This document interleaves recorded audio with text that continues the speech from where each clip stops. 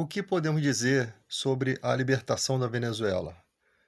Podemos dizer viva a liberdade do povo venezuelano. Isso com todo esse cenário, com todas as oposições, podemos dizer viva a libertação dos venezuelanos. Por quê? Viver sobre um regime ditatorial e ainda mais quando você percebe que as pessoas nem sequer se deram o trabalho de fazer um estudo, um levantamento disso, para saber por que os venezuelanos estão tão felizes quanto a essa questão. Imagina você receber um salário mínimo de R$ 20, uma renda, um PIB per capita, né? Não é o PIB maior, o PIB per capita de US$ 3.000. Imagina um país que teve 63.000% de inflação, né? E de quem é a culpa disso? Não é a culpa só das sanções americanas. A culpa é exatamente do regime do Nicolás Maduro. Porque o Hugo Chávez já perseguiu os opositores. O Maduro perseguiu opositores, perseguiu empresas, fez que muitas empresas fechassem, né? A estatal do petróleo, que faz a refinaria do petróleo, ele sucateou. Ele usava os recursos para ajudar outros países que eram apoiadores de sua causa ditatorial, ao invés de investir na própria população. Aí as pessoas falam assim, onde está a Globo que não mostra isso? A Globo, exatamente nesse momento, está nas fronteiras entre Venezuela, né, e Brasil, entrevistando as pessoas que estão saindo da Venezuela, que são poucas pessoas por enquanto. Porque as pessoas ainda não sabem que esse momento de transição pode ter problema, tá, gente? Então, as pessoas saem da Venezuela com seus carros e dizem que a população lá dentro está feliz com o que aconteceu. Por mais que a intervenção americana seja uma coisa que rompeu todos os processos jurídicos, né? E que o Brasil também, quando vai se posicionar internacionalmente com seus diplomatas, teme com que isso seja um precedente, né, para futuras invasões em outros países, inclusive no Brasil. Então, o posicionamento do governo é relacionado a esse de respeito. E muita gente não entende que essa situação da Venezuela ela poderia ser modificada se houvesse interesse internacional, se os países se unissem, né, em prol de uma democracia dentro da Venezuela, que aí liberaria as sanções econômicas, né? Liberaria a Venezuela de exportar o seu material, o seu petróleo, né? 17% de todo o petróleo do mundo pertence à Venezuela, sendo que é um petróleo mais grosso, né? É um petróleo mais barato porque dele se extrai coisas de baixo valor, como asfalto, né? Já o petróleo mais caro, você tem ali a gasolina, o diesel, o querosene de aviação, né? Então é um petróleo de uma qualidade inferior, mas são 17% da reserva do mundo, 4 vezes maior do que os Estados Unidos e maior até que a Arábia Saudita. Fora que tem as terras raras, ouro, diamante, nióbio, né?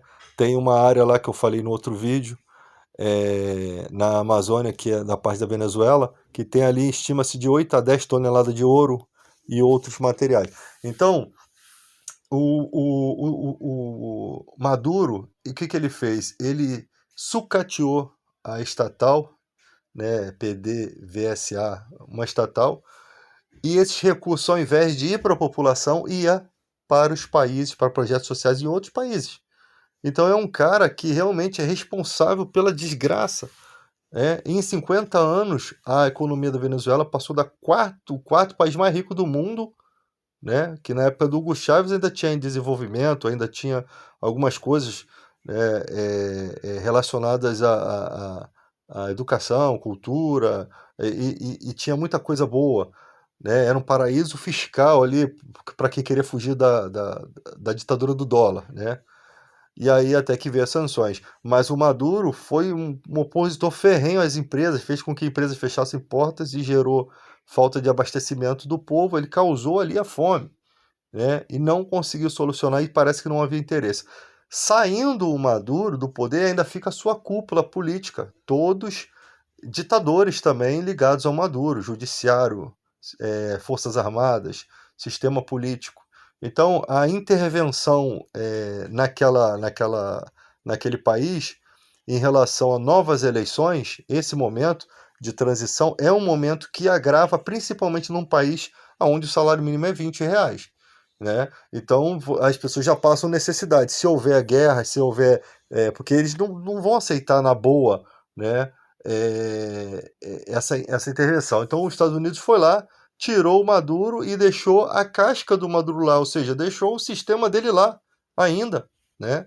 O Maduro não volta mais para lá. E o que esse sistema vai fazer com aquela nação?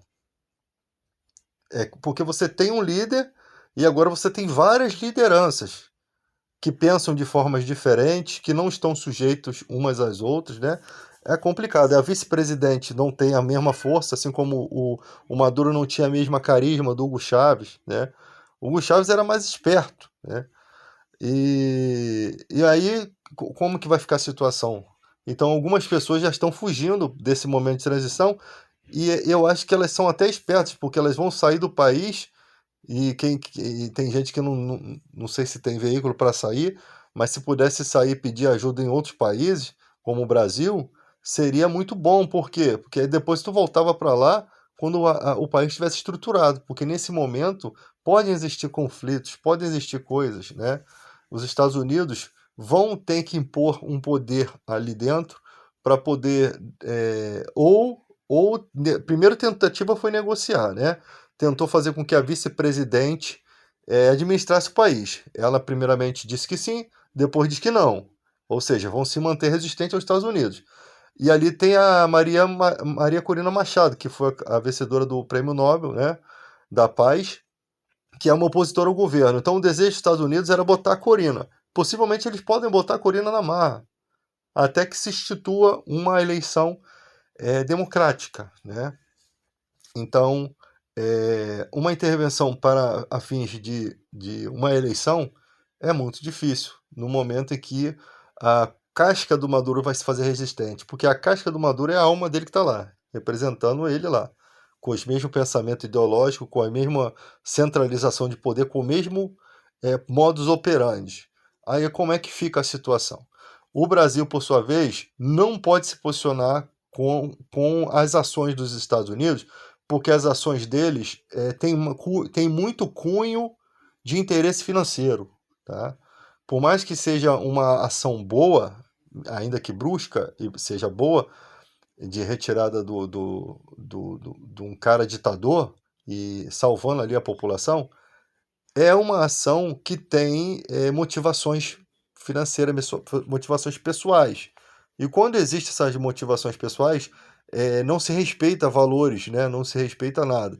Então, o posicionamento do Brasil é que o Brasil não pode apoiar isso para depois, amanhã ou depois, o cara vir fazer no nosso país e dizer, pô, vocês apoiaram lá na Venezuela, agora não querem que faça com vocês. Então, o posicionamento do Brasil é muito delicado, né? Até porque o Brasil é conectado com o BRICS, né? Com a Rússia, com a China, com a Índia, com a África, é conectado com o Oriente em questão da moeda, da sua moeda, né? Da sua moeda BRICS,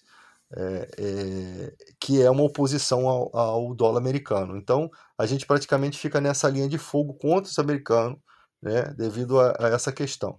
Quanto à questão da China, não vai ser uma perda muito grande. Isso não vai impactar em nada a China, tá?